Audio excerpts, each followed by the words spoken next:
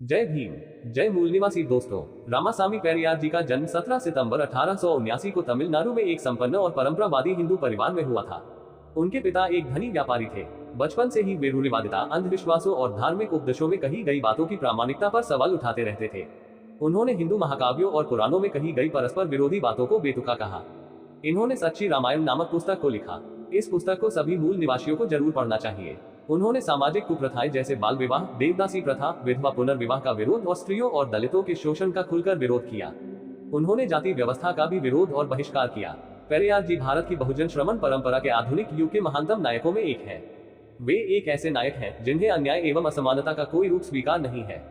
वे जाति एवं पितृसत्ता को भारतीय समाज के पांव की एक ऐसी बेड़ी मानते हैं जिसे तोड़े बिना न्याय एवं समानता आधारित आधुनिक लोकतांत्रिक भारत का निर्माण नहीं किया जा सकता है। उनका कहना था कि जाति व्यवस्था को पोषित करने वाले ब्राह्मणवाद, शास्त्रों, धर्म और ईश्वर के विनाश के बिना जाति का विनाश नहीं हो सकता है, क्योंकि ये सब लोगों में गुलामी की भावना भरने और अज्ञानता की वृद्धि के लिए रचे गए हैं। पेरियार जी ने पूरी जिंदगी हिंदू धर्म और ब्राह्मणवाद का जमकर विरोध किया। उन्होंने तर्कवाद, आत्मसम्मान और महिला अधिकार जैसे मुद्दों पर जोर दिया। जाति प्रथा का घोर विरोध किया। ईवी रामास्वामी एक तमिल राष्ट्रवादी, राजनेता और सामाजिक कार्यकर्ता थे। इनके प्रशंसक इन्हें आदर के साथ पेरियार संबोधित करते थे।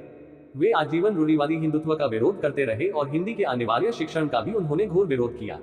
उन्होंने दक्षिण भारतीय समाज के शोषित वर्ग के लिए आजीवन कार्य किया। उन्होंने ब्राह्मणवाद और ब्राह्मणों पर करारा प्रहार किया।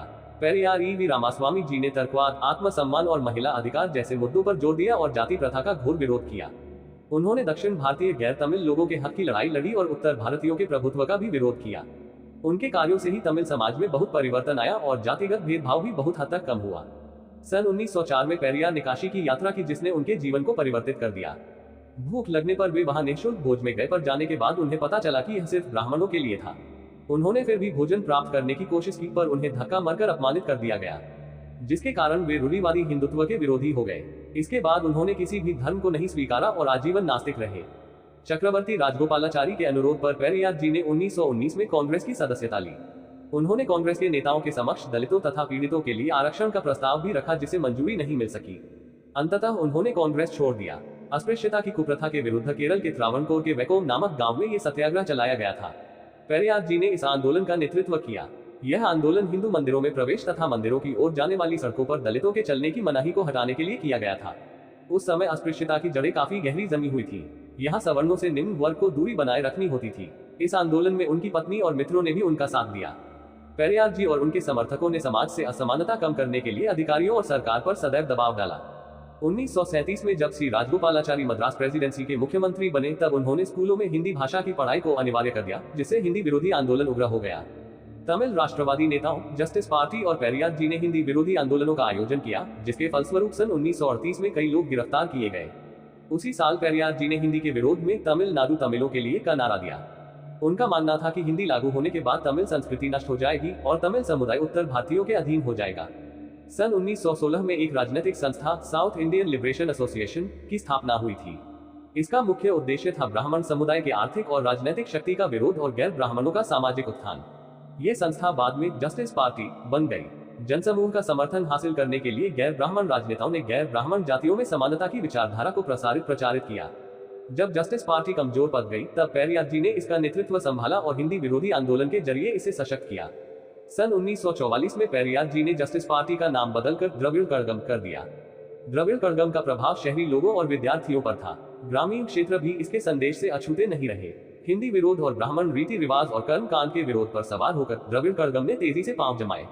द्रविड़ कड़गम ने दलितों में अस्पृश्यता के उन्मूलन के लिए संघर्ष किया और अपना ध्यान महिला मुक्ति, महिला शिक्षा, विधवा पुनर्विवाह जैसे महत्वपूर्ण सामाजिक मुद्दों पर केंद्रित किया।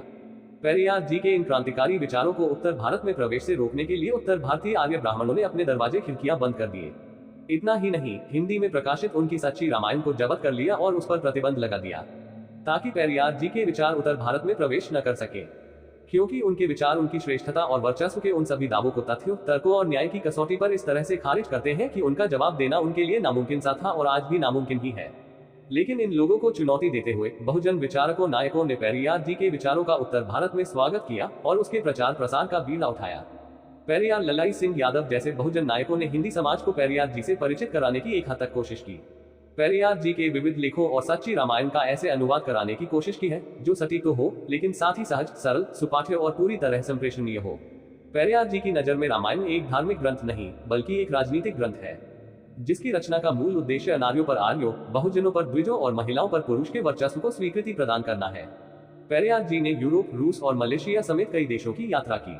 उनकी विशिष्ट तर्क पद्धति, तेवर और अभिव्यक्ति शैली के चलते जून 1970 में यूनेस्को ने उन्हें आधुनिक युग का मसीहा, दक्षिण पूर्वी एशिया का सुकरात, समाज सुधारवादी आंदोलनों का पितामह तथा अज्ञानता, अंधविश्वास, रूढ़िवाद और निरर्थक रीति रिवाजों का कट्टर दुश्मन स्वीकार किया।